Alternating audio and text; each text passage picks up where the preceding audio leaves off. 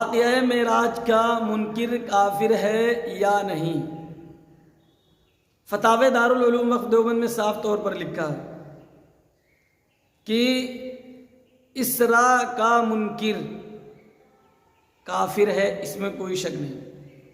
اس کی دلیل یہ دیتے ہیں، فقہ الاکبر میں لکھا ہے کہ من انکر المعراج انظر ان انکر الاسراء من مکہ الى بیت المقدس فهو کافر لأن الاسراء من الحرام الى الحرام ثابت بالآیہ، کہ اگر کوئی شخص اسراء کا منکر ہے تو ظاہر سی بات ہے اسراء مسجد حرام سے بیت المقدس تک ہے، یہ چیز قرآن سے ثابت ہے، اور جو قرآن سے ثابت ہے اس کا وہ منکر ہے۔ ہاں، اب دوسری چیز رہ جاتی ہے کہ باقی تفصیلات اسراء کے علاوہ وہ احادیث سے ثابت ہیں، اور وہ احادیث مجموعی طور پر تواتر کے قریب ہیں لیکن متواتر نہیں ہیں، اس وجہ سے اس کے منکر کو کافر نہیں بلکہ گمراہ کہیں گے۔